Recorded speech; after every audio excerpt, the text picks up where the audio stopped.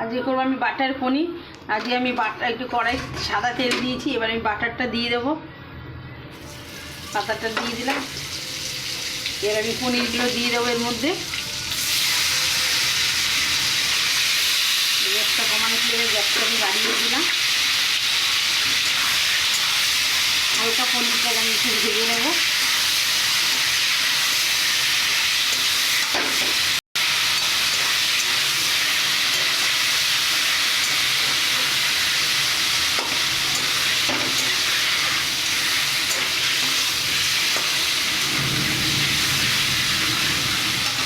পনিরটা ভেজে নেবো, বাটার পনিরগুলো তুমি হালকা ভেজে নেবো। হালকা একটু হলুদ দিয়ে দেবো পনিরটায়, হলুদ দিয়ে ভাজলে তাড়াতাড়ি লাল হয়ে যাবে পনিরগুলো।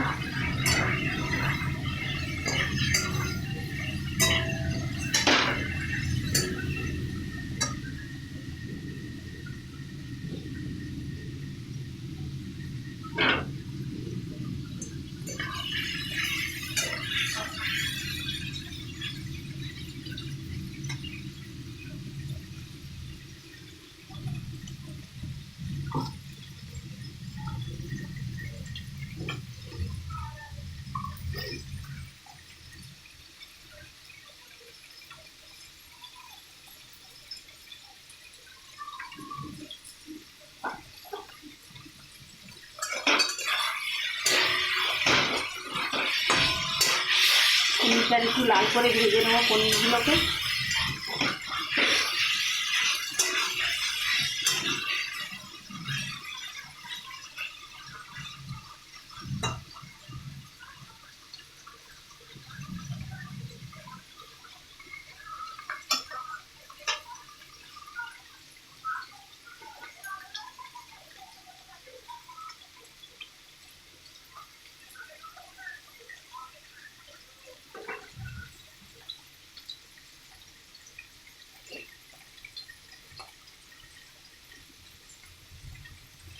এর মধ্যে একটু নুনটা দিয়ে দিলাম, পনিরগুলোর মধ্যে একটু নুনটা ঢুকে যায়।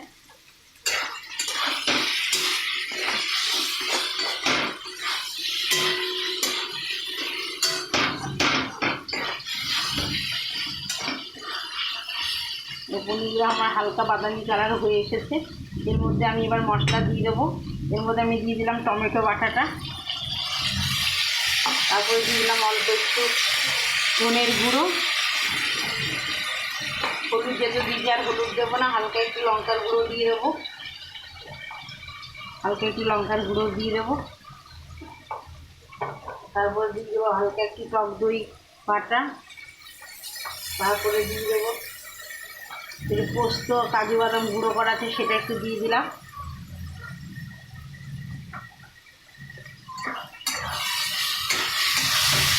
তারপরে নুন দিয়ে দিই। এবার মিষ্টি দেবো। মিষ্টিটা আপনারা যেমন মিষ্টি খাবেন, কেউ দিতেও পারে, নাও দিতে পারে। কিন্তু নিরামিষ একটু বাটার পনির একটু মিষ্টি দিয়ে দেবো। একটু গরম মশলা দিয়ে দেবো, হালকা একটু কসুরি মিষ্টি দিয়ে দেবো এর মধ্যে। বাটার মশলা পনির, হালকা গরম মশলা দিয়ে দেবো, হালকা একটু মিষ্টি দিয়ে দেবো। গরম মশলাটা দিয়ে দিলাম, হালকা একটু মিষ্টি দিয়ে দেবো এর মধ্যে।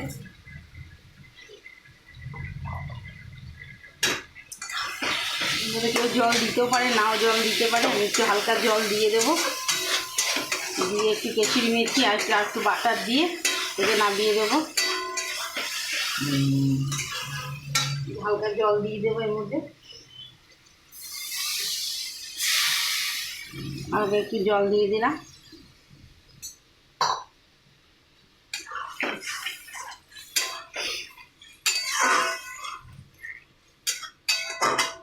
হালকা একটু কসুরি মেথি দিয়ে দেবো এর মধ্যে।